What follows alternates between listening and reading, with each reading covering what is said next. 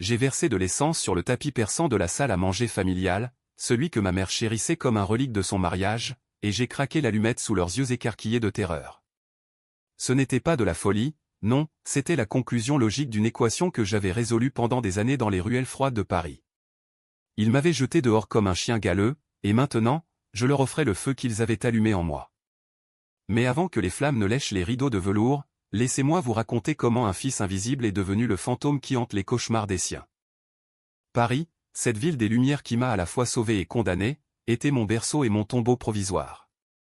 Né dans le 18e arrondissement, au cœur de Montmartre où les artistes peignent des rêves sur des toiles craquelées, j'ai grandi dans une famille qui incarnait le mythe bourgeois français, père banquier chez BNP Paribas, mère professeur de littérature à la Sorbonne, et moi, Alexandre Duval, l'héritier présumé d'une lignée impeccablement laquée. Les dîners du dimanche étaient des rituels sacrés, bœuf bourguignon mijoté pendant des heures, vin de Bordeaux qui coulait comme du sang noble, et des conversations où l'on disséquait Proust ou Balzac comme si le monde se résumait à leurs pages jaunies. J'étais leur fierté, du moins jusqu'à mes 20 ans. Tout a basculé lors de cette soirée d'octobre 2015, quand la pluie martelait les pavés de la place du Tertre comme des balles de mitraillette. J'avais raté mon master en finance à l'ESSEC non pas par paresse, mais parce que l'angoisse me rongeait les tripes depuis l'adolescence. Les crises de panique me pliaient en deux au milieu des cours, mon cœur cognant comme un tambour de guerre contre mes côtes. Les médicaments n'y faisaient rien, les psys, avec leur blabla freudien, me facturaient des fortunes pour me dire que j'étais complexé par l'ombre paternelle. Mon père, avec son regard d'acier trempé dans les fusions-acquisitions, m'avait sommé de redresser la barre ou de dégager. Ma mère, elle, avait pleuré en silence, mais ses larmes étaient pour l'image qu'elle projetait au monde, pas pour le fils qui se noyait. Le soir fatidique, je suis rentré ivre, titubant sous le poids d'une bouteille de Calva vidée dans un bar miteux de Pigalle. J'ai vomi sur le seuil de l'appartement haussmannien, ce sanctuaire de parquet ciré et de bibliothèque en acajou. « Regarde-toi, Alexandre !» hurla mon père, les veines saillant sur son front comme des câbles sous tension. « Tu n'es plus mon fils. Tu es une honte. » Ma sœur cadette, Élise, alors étudiante à Sciences Po, ricana depuis le canapé, « Il pue la défaite, papa. Laisse-le crever dehors. » Ma mère ? Elle se contenta de murmurer, « Va te laver, mon chéri », mais ses yeux évitaient les miens, fuyant vers la fenêtre où la tour Eiffel clignotait au loin, indifférente. Ils m'ont traîné dehors par les épaules, mes affaires jetées dans un sac poubelle comme des déchets recyclables. La porte claqua avec un bruit de jugement final, et je me suis effondré sur le trottoir mouillé, le goût du vomi et de la trahison se mélangeant dans ma bouche. Sans un sou, sans clé, sans nulle part où aller. J'ai erré cette nuit-là le long de la Seine, les lumières des bateaux-mouches dansant sur l'eau comme des sirènes moqueuses. Les ponts étaient bondés de touristes hilars, ignorant les ombres comme moi qui se recroquevillaient sous les arches. J'ai dormi sur un banc du quai des Orfèvres, enveloppé dans un journal gratuit qui titrait sur la crise des migrants, ironie cruelle, car j'étais devenu l'un d'eux, un paria dans ma propre ville. Les jours suivants se fondirent en un brouillard de survie primitive. Par jour, je mendiais devant les cafés de Saint-Germain-des-Prés, où les bobos sirotaient leur latte à 8 € sans un regard pour mes mains tremblantes tendues. « S'il vous plaît, madame, juste 1 € pour manger, suppliai-je, la voix rauque comme du gravier. » La plupart passaient, leurs talons claquant sur les pavés comme des gifles. Une fois, une vieille dame en fourrure m'a craché, « Travaillez, feignant. La France n'est pas une aumônière. » Le soir, je fouillais les poubelles des brasseries pour des restes de croque-monsieur, mâchant le pain rassis sous les néons blafards des stations de métro. Le froid s'infiltrait dans mes os comme un poison lent, l'hiver approchait, et avec lui, la menace d'une hypothermie qui me entrait comme un amant jaloux. Mais le pire n'était pas la faim ou le gel, c'était la solitude qui me rongeait l'âme, un vide abyssal où résonnaient les échos de leur rejet. Je repensais à ces dîners familiaux, à la façon dont mon père me tapotait l'épaule en disant « Tu seras un grand, fiston, comme moi. » Mensonge. Élise, avec son sourire en coin, m'avait toujours jalousé en secret, maintenant, elle paradait sur Instagram avec des selfies à l'Élysée, taguant nos parents comme des trophées. Et ma mère ? Ces appels muets à la culpabilité, j'aurais dû être plus fort, plus français, plus stoïque face à l'adversité. Dans les refuges pour SDF du 20e arrondissement, entouré d'hommes brisés par l'alcool ou la dope, je me surprenais à murmurer des vœux de vengeance. Pas des coups de poing, non, quelque chose de plus raffiné, de plus chirurgical. Comme un scalpel qui incise l'orgueil jusqu'à l'os.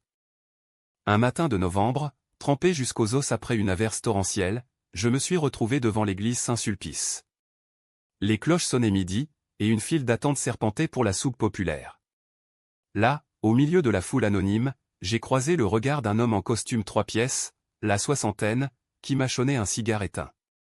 Il s'appelait Henri Lefebvre, un ancien cadre de L'Oréal qui avait tout perdu à la bourse en 2008. « Toi, gamin, t'as l'air d'un loup qui a faim, pas d'un mouton qui bêle », m'a-t-il lancé en me tendant un café chaud. On a parlé des heures, assis sur les marches de pierre froide. Il m'a raconté sa chute, de Pentouse à Carton sous les ponts, et comment il s'était relevé en pariant sur des start-up tech dans le quartier de Station F. La revanche, fiston, c'est pas dans les points. C'est dans les chiffres. Apprends à compter les zéros, et tu les feras ramper. Henri est devenu mon mentor improbable. Il m'a logé dans son studio exigu de Belleville, payé en échange de corvées et de leçons nocturnes sur les marchés financiers.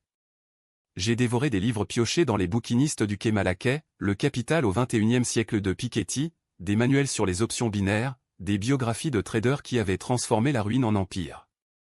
Mes nuits étaient hantées par des cauchemars où je revoyais la porte se refermer, mais le jour, je codais des algorithmes sur un vieil ordinateur que Henri m'avait refilé. Mon premier trade, un pari risqué sur les actions d'une biotech lyonnaise, m'a rapporté 500 €. Minuscule, mais c'était le premier claquement de fouet contre leur indifférence. Au fil des mois, l'argent a commencé à couler, 5 000, puis 50 000, investis dans des cryptos naissantes et des fonds ESG qui explosaient avec la vague verte post-COP 21. J'ai quitté le studio pour un loft anonyme dans le Marais, meublé minimaliste, pas de tapis persan, pas de velours. Chaque euro gagné était une brique dans le mur de ma forteresse. Mais la vengeance ?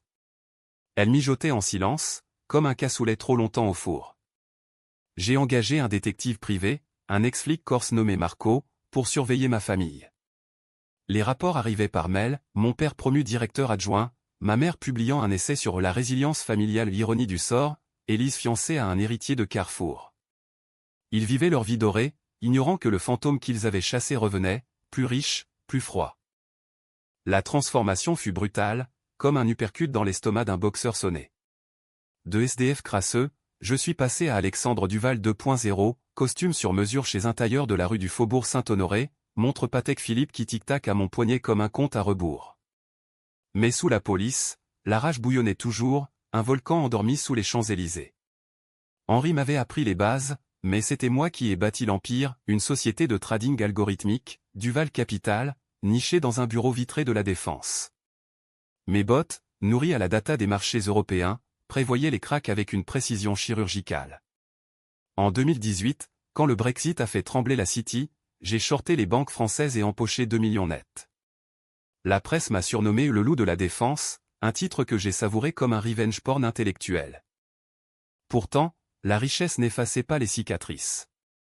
Chaque matin, en me rasant devant le miroir embué de mon appartement surplombant la place Vendôme, je revoyais mon reflet d'alors, barbu, yeux creux, dents jaunies par la malnutrition. La thérapie ?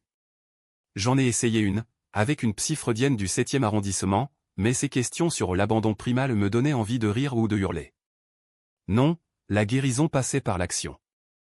J'ai commencé à infiltrer leur monde, subtilement, comme un virus qui mute. D'abord, un don anonyme à l'association de ma mère pour les jeunes en difficulté, 100 000 €, avec une note, pour ceux que la famille oublie. Elle en a parlé dans son prochain livre, sans savoir que c'était moi, le fils qu'elle avait effacé. Élise fut la première cible, car sa superficialité était une armure craquelée, facile à fissurer. Via Marco, j'ai appris qu'elle préparait son mariage avec Antoine de Beaumont, un golden boy de la finance dont le père possédait la moitié des vignobles bordelais. La noce était prévue pour l'été 2020, au château de Versailles, rien de moins. J'ai investi dans une start-up de mode éthique, Ethicwear, qui explosait sur les réseaux. Puis, j'ai contacté Élise via LinkedIn, sous un faux nom, journaliste chez Vogue France, intéressée par votre parcours inspirant. Elle a mordu à l'hameçon, bien sûr, vaniteuse comme un paon en rut. On s'est rencontrés au café de Flore, où elle a déversé son CV comme une diarrhée verbale, Sciences Po, stage à Bruxelles, fiançailles avec l'homme de ma vie. J'ai écouté, hochant la tête, mon verre de pastis intact. Puis, j'ai glissé, votre frère, Alexandre, il a disparu, non ? Une tragédie familiale. Son visage s'est crispé, un tic nerveux au coin de la bouche. Oh, lui ? Un raté. On n'en parle plus. J'ai souri intérieurement, premier coup porté. Quelques semaines plus tard, Etiqueware lançait une campagne avec Élise comme égérie gratuite pour elle, mais avec un contrat piégé, clause de non-divulgation sur des irrégularités comptables. J'ai falsifié des rapports via un hacker freelance de Lisbonne, accusant la marque de greenwashing. Quand le scandale a éclaté dans le monde, Élise s'est retrouvée éclaboussée, héritière impliquée dans un scandale éco-criminalité. Son mariage? Reporté. Antoine l'a larguée par SMS, citant une réputation ternie. Elle m'a appelé en pleurs, sans savoir que c'était moi derrière le numéro masqué. Alexandre? C'est toi. Aide-moi, s'il te plaît. J'ai raccroché, le cœur battant d'un plaisir acide, comme mordre dans un citron trop mûr. Mon père fut plus coriace, un roc taillé dans le granit normand. À 65 ans, il frôlait la retraite, mais son ambition le rongeait comme un ulcère. Marco m'a filé des dossiers, pot de vin pour une fusion avec une banque italienne, des mails compromettants avec un lobbyiste de Bruxelles. J'ai monté une société écran, Phantom Invest, qui a racheté discrètement des actions de sa banque. Puis, j'ai leaké les docs à Mediapart, anonymement, avec un timing parfait, juste avant l'Assemblée générale. Le titre en une, banquier star impliqué dans corruption transalpine. Les flics l'ont cueilli au bureau, menottes au poignet, devant ses collègues médusés. Ma mère l'a défendu dans les médias, un malentendu, mais les preuves étaient béton. Il a perdu son poste, son bonus, et une partie de la pension. Dans sa cellule provisoire à la santé, il a écrit une lettre à Élise, ton frère nous hante. Je le sens. Elle l'a brûlé, mais moi, je l'ai lu via Marco. Premier frisson de validation. La mère, la plus insidieuse. Son monde était les mots, ses armes qu'elle maniait avec la grâce d'une escrimeuse. Son dernier livre, Liens brisés, cœur recomposé, vendait 10 000 exemplaires en un mois, un pamphlet sur la résilience face à l'abandon filial inspiré de moi, évidemment, sans le nommer. J'ai contacté son éditeur, sous le couvert d'un admirateur anonyme, et proposé une préface signée par un prix Goncourt fictif. Puis, j'ai saboté la promo, faux témoignage en ligne accusant le livre de plagiat d'un essai belge sur la psychologie familiale. Les ventes ont chuté de 70%, et lors d'une dédicace à la Fnac Terne, un lecteur payé 500 € a hurlé « Vous parlez de résilience, mais vous avez jeté votre fils à la rue ». Foule en effervescence, micro tendu, son visage blêmi comme un linceul. Elle a balbutié, nié, mais le mal était fait. Son agent l'a lâché, trop toxique. À ce stade, mes 25 millions dormaient sur des comptes offshore à Genève, fruit de trades impitoyables sur les marchés volatiles du Covid. J'étais riche, oui, mais vide, un coquille creuse rempli de bile. Les nuits, je marchais le long des boulevards Haussmann, évitant les regards des passants qui me prenaient pour un cadre stressé. La vengeance me nourrissait, mais elle me dévorait aussi. Henri, mourant d'un cancer au foie, m'a dit un soir, un verre de cognac à la main, gamin, l'argent achète le pouvoir, mais pas la paix. Tue-les avec leur propre poison, et ensuite, vis. Il est parti 2 jours plus tard, me léguant son carnet d'adresses à un trésor de contacts dans la finance souterraine. J'ai décidé d'aller plus loin. Pas de violence physique, non, ça serait trop vulgaire, trop américain. Ma revanche serait française, élégante, bureaucratique, impitoyable. J'ai racheté l'immeuble haussmannien de Montmartre via une SCI anonyme, forçant une vente aux enchères quand leurs prêts immobiliers gonflés par les scandales ont explosé. Ils ont emménagé dans un 2 pièces exigu du 93, à Saint-Denis, entouré de tours grises et de sirènes de flics. Élise, serveuse dans un café de banlieue, pleurnichait sur TikTok, la vie est injuste. Mon père, au chômage, postait des CV sur LinkedIn. Ma mère tapait des chroniques freelance pour des hebdos locaux, amers comme du Marc. Mais ce n'était que le prélude. Le climax approchait, comme un TGV fonçant dans la nuit. J'ai organisé une réunion de famille forcée, un mail collectif, spoofé comme venant d'un notaire. Héritage urgent à discuter. Rendez-vous au Ritz, suite impériale. Ils y sont venus, hagards, espérant un miracle financier. Moi, j'attendais dans l'ombre, un verre de champagne à la main. La suite impériale du Ritz, avec ses tentures de soie et ses bergères Louis XV, était un écrin parfait pour le théâtre que j'avais monté. L'air embaumait le jasmin et le vétiver, un contraste olfactif avec la puanteur de leur désespoir. Ils sont arrivés à pas feutrés, mon père en chemise froissée le reliquat de son armoire sur mesure, ma mère les yeux gonflés par des nuits blanches, Élise maquillée à outrance pour masquer les cernes. Le notaire fictif, un acteur payé grassement, les a accueillis avec un sourire pincé. Monsieur et Madame Duval, Mademoiselle, l'héritage de feu Monsieur Henri Lefebvre exige votre présence. Ils se sont assis, raides comme des piquets, ignorant que la caméra cachée dans le chandelier diffusait tout en live sur un écran dans la pièce adjacente, où je sirotais un Dom Pérignon. L'acteur a déroulé le script. Monsieur Lefebvre, décédé récemment, laisse une fortune de 5 millions d'euros, conditionnée à une réconciliation familiale. Il connaissait votre fils, Alexandre, et stipule que sans son pardon explicite, rien. Leurs visages se sont décomposés en un kaléidoscope d'émotions, incrédulité, puis avidité vorace. Mon père a balbutié. Alexandre? Il est vivant? Ma mère a porté la main à sa poitrine, un geste théâtral digne de Racine. Mon Dieu, où est-il? Dites-lui que nous regrettons.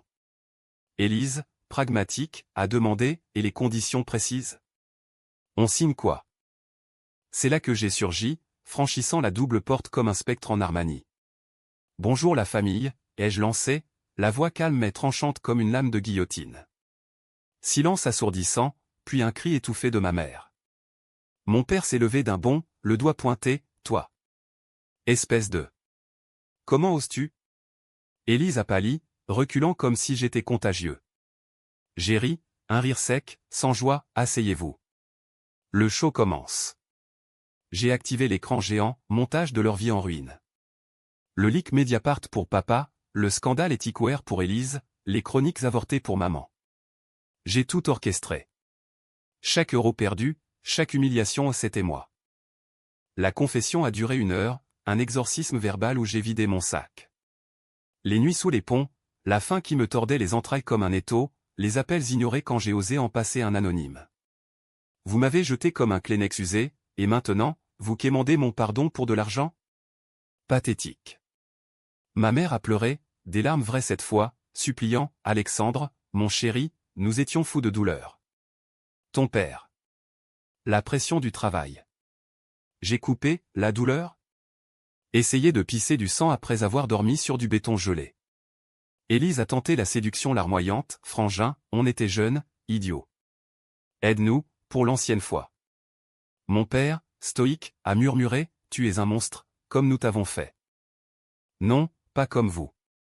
Mieux. J'ai révélé les 25 millions, capture d'écran de portefeuille crypto, bilan de Duval Capital. J'ai gagné ça seul, avec la rage que vous m'avez léguée. Et maintenant? Je vous offre une chance, signez ces papiers. Renoncez à tout contact, à tout héritage futur, et je vous file 100 000 chacun pour recommencer ailleurs. Refusez, et je vous achève. Les docs étaient un chef-d'œuvre juridique, rédigé par un avocat de la rue de Rivoli, clause de silence éternel, interdiction de mentionner mon nom. Ils ont signé, tremblant, l'encre coulant comme du sang sur le vélin. Mais la vraie lame était ailleurs. J'ai ajouté, et pour sceller ça, un dernier geste. Revenez chez vous dans votre ancien appartement, que j'ai racheté. Ce soir. Ils ont obéi, hébétés, grimpant les escaliers de Montmartre sous une lune laiteuse. Moi, je les attendais dans la salle à manger, l'odeur d'essence imprégnant l'air comme un présage. Rappelez-vous ce tapis, maman? Ton trésor. J'ai versé le liquide, méthodique, sur les motifs usés par des décennies de dîners hypocrites. Élise a hurlé, t'es fou. Mon père a tenté de m'arracher la bouteille, mais Marco, en civil, l'a plaqué au sol. Ma mère s'est agenouillée, arrête, pour l'amour de Dieu. L'allumette a crépité entre mes doigts, une flamme dansante comme un diable ricanant. Ceci est pour chaque nuit où vous avez dormi au chaud pendant que je gelais. Pour chaque honte que vous avez murmurée dans mon dos. J'ai jeté, et le feu a pris, vorace, léchant les murs comme une vengeance biblique. Ils ont fui dans la rue, toge de nuit sur les épaules, tandis que les sirènes hurlaient au loin. Pas de mort, non, juste la destruction symbolique de leur sanctuaire. Les pompiers ont sauvé l'immeuble, mais pas leur âme. Les jours suivants, j'ai suivi leur exode, mon père en cure de désintox à Deauville, brisé par la honte, Élise en thérapie à Nice, postant des selfies de renaissance forcée, ma mère recluse dans un couvent des Alpes, priant pour un pardon divin qu'elle ne méritait pas. Moi? J'ai voyagé, 1 mois à Lisbonne, à trader sur la terrasse ensoleillée d'un café de l'Alfama, sentant pour la première fois le goût de la liberté non entachée. Mais la paix? Illusoire. Les cauchemars persistaient, leur visage tordu par les flammes imaginaires, ma propre main noircie par l'essence. Henri avait raison, la revanche n'apporte pas la paix, juste un répit. J'ai investi dans une fondation, les Oubliés de Paris, et dans les SDF avec des logements temporaires et des formations en finance. Ironie, des dizaines de gamins comme moi l'ancien apprennent à compter les zéros grâce à l'argent souillé par la haine. Un soir, en rentrant d'une gala à l'Opéra Garnier où j'ai croisé Élise, serveuse en tablier noir, évitant mon regard, j'ai reçu un mail anonyme. De ma mère, tu as gagné, mon fils. Mais à quel prix? Nous t'aimons encore. J'ai supprimé, sans répondre. L'amour? Trop tardif, trop conditionnel. Pourtant, dans les moments de doute, quand la Seine charriait ses secrets sous les arches du Pont-Neuf, je me demandais si j'étais le héros ou le vilain de cette tragédie.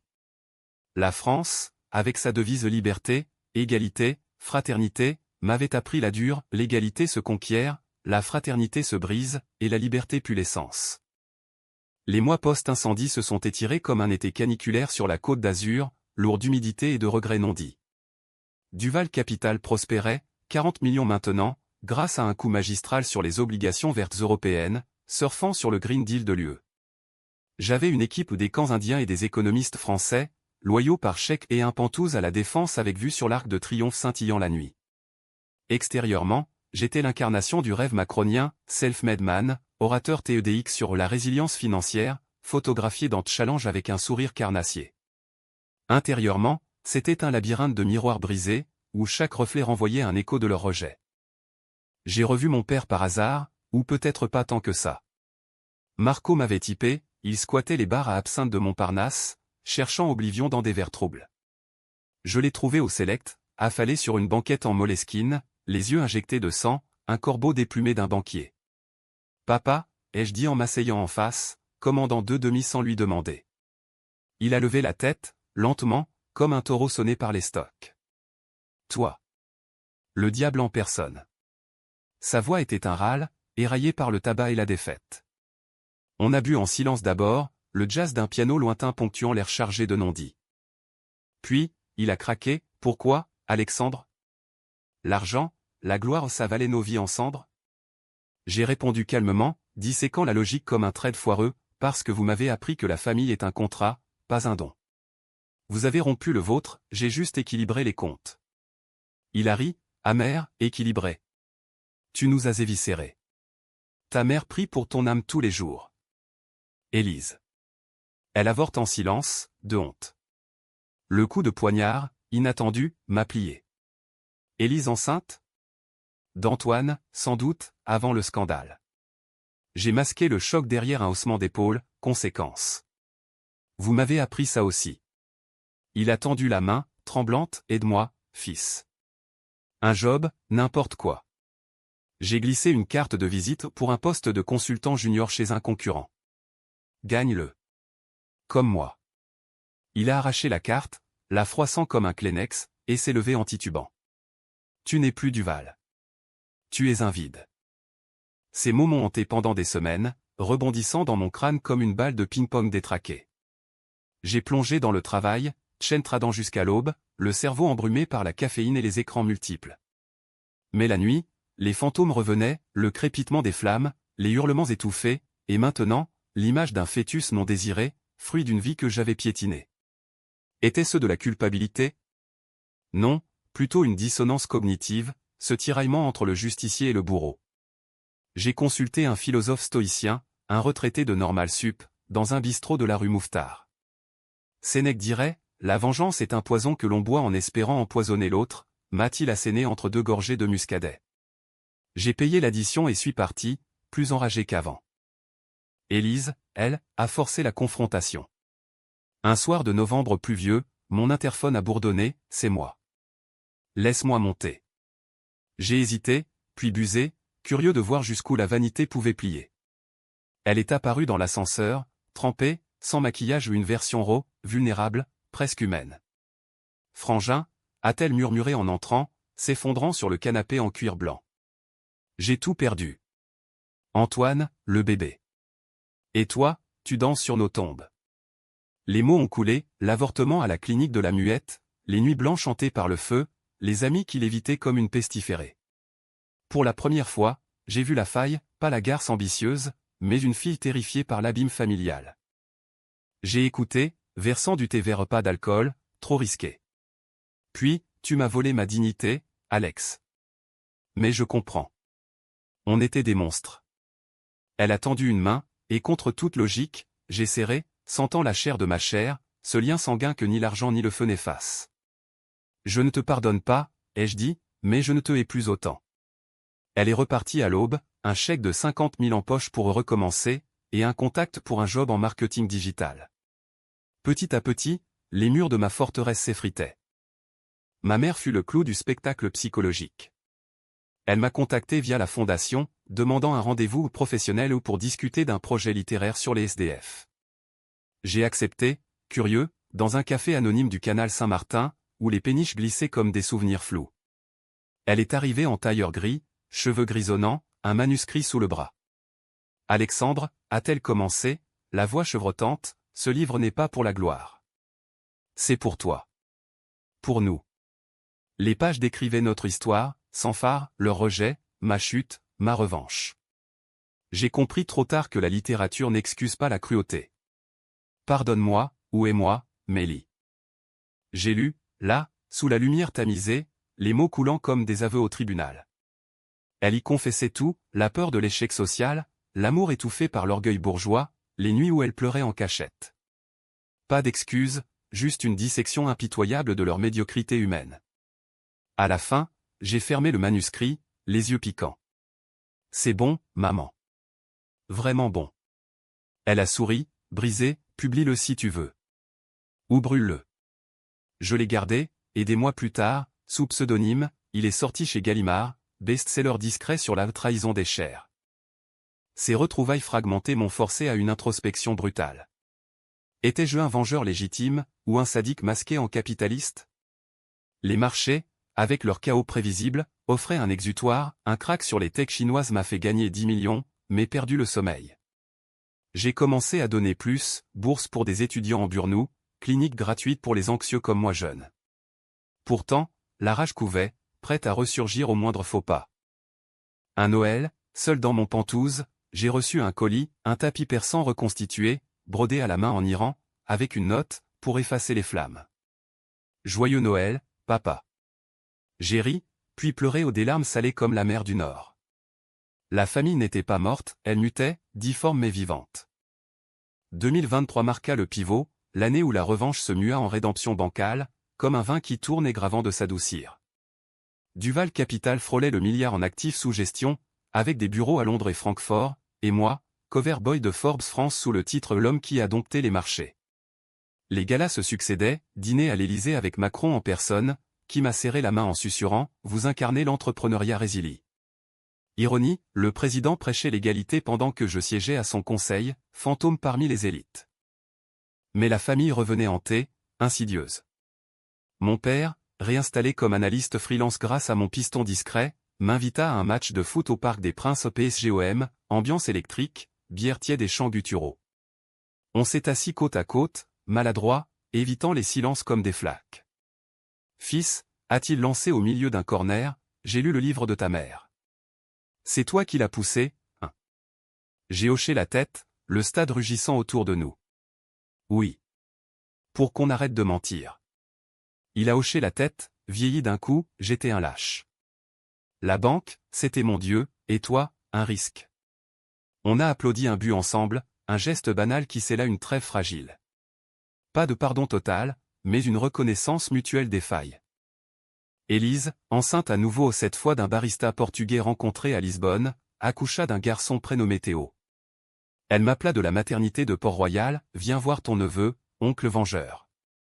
J'y suis allé, masquant mon appréhension sous un bouquet de roses blanches.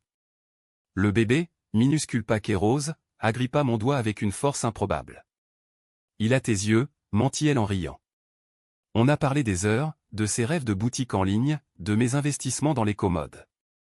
Tu m'as brisé, Alex, mais tu m'as recollé plus forte. Je lui filai un seed funding de 200 000, et pour la première fois, ce n'était pas de la charité, c'était de l'investissement fraternel. Ma mère, radieuse dans son rôle de grand-mère, organisa un dîner au Paz au Ritz, mais dans un bistrot de Belleville, modeste et authentique. Bœuf bourguignon maison, vin de table, et des rires forcés qui devinrent vrais. Elle leva son verre, à la famille, imparfaite mais entière. J'ai trinqué, mais intérieurement, la cicatrice tirait, les flammes n'étaient pas éteintes. Pourtant, en la voyant cajoler Théo, je sentis un craquement dans ma cuirasse l'amour, ce traître, infiltrant les brèches. La crise vint de l'extérieur, comme un crack imprévu. Un concurrent, un hedge fund belge, lança une OPA hostile sur Duval Capital, soupçonneux de mes origines loucheuses. Les marchés paniquèrent, mes actions chutèrent de 30% en une semaine. La presse déterra mon passé, le SDF devenu tycoon, ombre sur l'empire Duval. Mediapart, encore eux, titra sur vengeance familiale et magouille financière. Mon père fut interrogé par la brigade financière, Élise, harcelé par des tabloïds people. La tourmente me ramena aux ruelles froides, insomniaque, je marchais la nuit, hanté par l'échec. C'est là que la famille se solidifia, paradoxalement. Mon père témoigna en ma faveur, mon fils est clean. J'étais le corrupteur, pas lui. Élise lança une campagne GoFundMe, Sauvons Duval, qui vira virale. Ma mère écrivit une ouette dans le Figaro, derrière le tycoon, un homme brisé par l'amour. Leurs voix, unies, firent pencher la balance, l'OPA échoua, et mes actions rebondirent plus haut. On fêta ça dans mon Penthouse, champagne et caviar, Théo gazouillant au milieu. Pour la première fois, je me sentis ancré, pas flottant sur un océan de zéro. Mais la psychologie humaine est un marécage, sous la surface, des bulles de doute remontaient. En thérapie, oh oui, j'y suis retourné, avec un cognitiviste du 16e, je disséquais le trauma, votre vengeance était cathartique, mais addictive. Et maintenant? La réponse? Une vie hybride, entre empire et réparation. J'ai fusionné Duval avec une ONG FinTech, formant des ex-SDF à la blockchain. Henri aurait approuvé. Un soir d'été, sur les quais de la Marne à Joinville-le-Pont, pique-nique familial improvisé, saucisses grillées, pastis frais, rire sous les saules. Mon père me tapa l'épaule, fiston, on a merdé, mais on répare. Élise, Théo sur les genoux, et si on oublie les flammes? Ma mère, poétique, les cendres fertilisent le sol. J'ai souri, mi-vrai, mi-masque, oublié. Non. Comprendre, oui. La revanche avait muté en legs, 25 millions non plus pour détruire, mais pour rebâtir. Paris, cette garce lumineuse, m'avait tout pris et tout rendu, amplifié. Fin 2025, alors que l'hiver mordait les épaules des Parisiens emmitouflés, je contemple mon parcours depuis le rooftop de la Défense, la ville s'étalant comme un échiquier géant. Duval Capital pèse 500 millions, avec des filiales en Afrique pour l'inclusion financière, un empire éthique, forgé dans les braises de la haine. La famille? Réparée, tant bien que mal. Mon père gère un petit fonds pour seniors précaires, Élise prospère avec sa marque Eco, Théo grandissant en triplant trilingue, ma mère, acclamée auteure, dédicace son prochain roman Un feu intérieur avec une mention, à Alexandre, qui a allumé la mèche. Pourtant, la psychologie ne pardonne pas si facilement. Les nuits, quand le vent hurle sur l'arc, je revisite les limites, ce moment où l'allumette a dansé, seuil entre justice et folie. Était-ce catharsis ou psychose? Un psy m'a diagnostiqué et trouble d'adaptation post-traumatique, mais les étiquettes importent peu. Ce qui compte, c'est la leçon, l'humain, poussé au bord, forge des armes de l'âme et parfois, les retourne contre soi. Aujourd'hui, je marche dans Montmartre, passant devant l'ancien immeuble reconstruit, sans tapis perçant mais avec une plaque, Fondation Duval logement pour les invisibles. Les gamins que j'aide me serrent la main, yeux brillants, merci, monsieur. Vous nous sauvez. Ironie, je me sauve moi-même, brique par brique. La trahison familiale? Un chapitre clos, mais tatoué dans la chair. Si je pouvais murmurer à mon moi de 2015, recroquevillé sous le pont, tiens bon. La rage est un carburant, mais l'amour, un feu plus durable. Paris, avec ses lumières impitoyables, enseigne que la revanche est un cercle vicieux mais la rédemption, une ligne droite, cahoteuse vers l'horizon. Et vous, lecteurs, dans vos propres flammes intérieures, que choisirez-vous? Moi, j'ai choisi de renaître des cendres. Pas intact, mais entier.